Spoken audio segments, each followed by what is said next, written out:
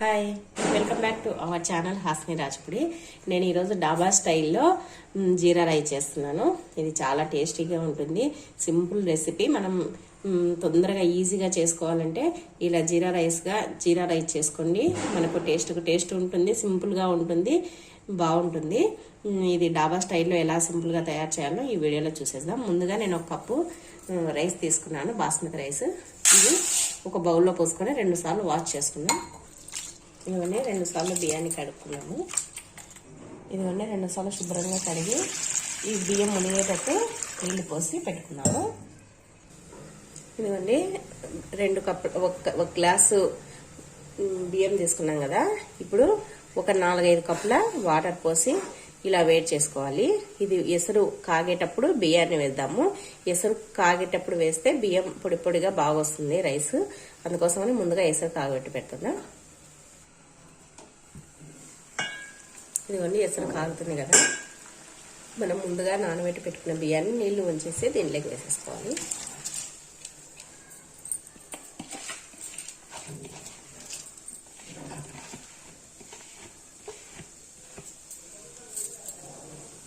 బియ్యం వేసేసుకొని ఉప్పు వేసుకోవాలి తగినంత. ఉప్పు వేసుకున్న తర్వాత ఒకసారి ఈ బియ్యాన్ని అంతా కలుపుకోవాలి.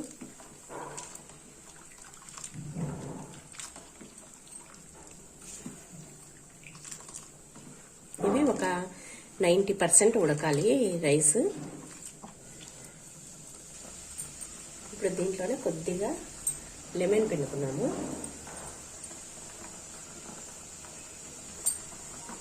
ఒక 2 చుక్కలు నిమ్మరసం పిండుకొని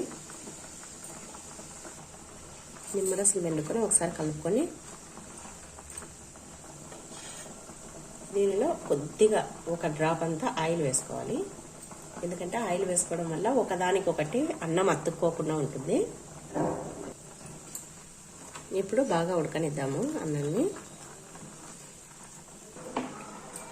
ఇదిగోండి అన్నం ఆల్మోస్ట్ ఉడకడానికి వచ్చేసింది. ఇంకా చూడండి, ఒకటి మెతుకు తీసుకొని ఇలా అంటే మధ్యలో కట్ అయిపోతే ఇంకా ఉడికినట్టే. ఇంకా 1 సెకండ్ పెట్టేసి ఆఫ్ వేసేస్తాం. ఇంకా ఉంచేద్దాం నీళ్ళు. ఇదిగోండి ఇంకా నీళ్ళు ఉంచేస్తాను. ఇదిగోండి వాటర్ వంచేస్తాను. ఇప్పుడు కొద్దిసేపు మగ్గనిద్దాము. మగ్గితే అన్నం తడి ఉంటుంది కదా, ఆ తడి అంతా పోతుంది. మూత పెట్టేసి 1 నిమిషం మగ్గనిద్దాం. ఇదిగోండి అన్నం మగ్గిపోయింది. ఇప్పుడు స్టవ్ ఆపేసుకొని అన్నాన్ని చల్లగా చేసుకుందాము. ఇదిగోండి రైస్ తీసుకొని ఇలా ప్లేట్లోకి పెట్టుకొని చల్లగా చేసుకోవాలి. ఇదిగోండి ఇప్పుడు స్టవ్ వెలిగించుకొని స్టవ్ పైన ఒక కడాయి పెట్టుకోవాలి. ఇదిగోండి కడాయి హీట్ ఎక్కింది కదా. ఇప్పుడు దీంట్లో 2 టేబుల్ స్పూన్ల ఆయిల్ వేసుకోవాలి. దీంట్లో గీ కానీ ఆయిల్ కానీ వేసుకోవచ్చు. నేనైతే ఆయిల్ వేస్తున్నాను. ఇదిగోండి ఆయిల్ హీట్ ఎక్కుతుంది కదా. ఇప్పుడు దీంట్లో 1 టేబుల్ స్పూన్ జీలకర్ర వేసుకోవాలి. జీలకర్ర ఎక్కువ వేసుకోవాలి, ఎందుకంటే జీరా రైస్ కదా, జీలకర్ర ఎక్కువ ఉండాలి. ఇప్పుడు దీంట్లోనే జీడిపప్పు పలుకులు వేసుకొని ఒకసారి కలుపుకొని దీంట్లోనే పచ్చిమిర్చి వేసుకోవాలి. మనం కారం ఏం వేసుకోం కదా, పెప్పర్ పౌడరు తర్వాత పచ్చిమిర్చి. మనం పచ్చిమిర్చి ఎక్కువగా వేసుకుంటే తినేటప్పుడు నంచుకోవడానికి బాగుంటుంది. ఇదిగోండి ఇవి కాగుతున్నాయి కదా. ఇప్పుడు దీంట్లోనే మనం ముందుగా రెడీ చేసి పెట్టుకున్న రైస్ వేసుకున్నాము.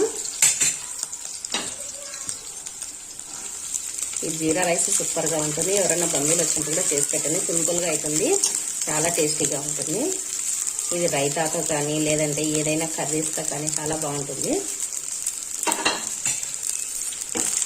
ఈ రైస్ వేసుకొని బాగా కలుపుకోవాలి. ఈ రైస్ అంతా ఆయిల్లో కలిసేటట్టు కలుపుకోవాలి. ఇదిగోండి ఫస్ట్ మనము రైస్ ఉడికించేటప్పుడు ఉప్పు వేసుకున్నాం కదా. ఇప్పుడు కొద్దిగా వేసుకోవాలి. ఒక 1/2 టేబుల్ స్పూన్ ఉప్పు వేసుకోవాలి.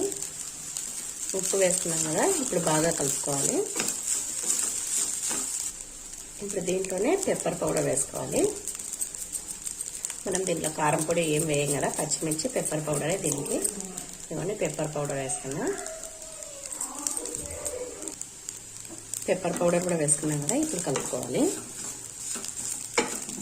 సూపర్ టేస్ట్ ఉంటుందండి ఇది.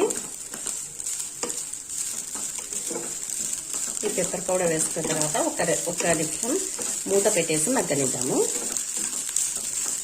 మూత పెట్టేసి మీడియం ఫ్లేమ్లో పెట్టుకొని మగ్గనిద్దాం.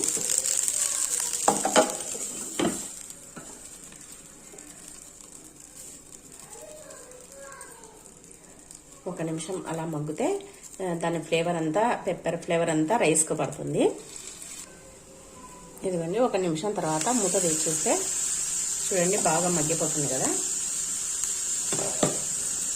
ఇప్పుడు దీంట్లో ఒక టేబుల్ స్పూన్ కొత్తిమీర వేసుకున్నాము. కొత్తిమీర వేసుకొని ఫైనల్గా ఒకసారి కలిపేసుకుంటే సరిపోతుంది.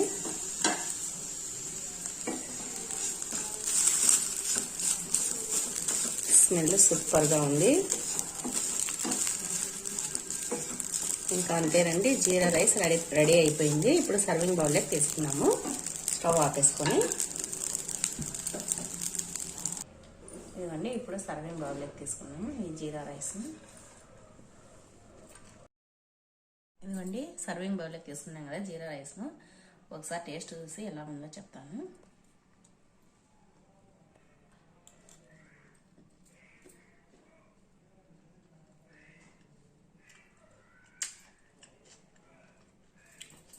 సూపర్గా ఉందండి జీరా రైస్ రైతా. అనుకోండి, చాలా అంటే చాలా బాగుంది.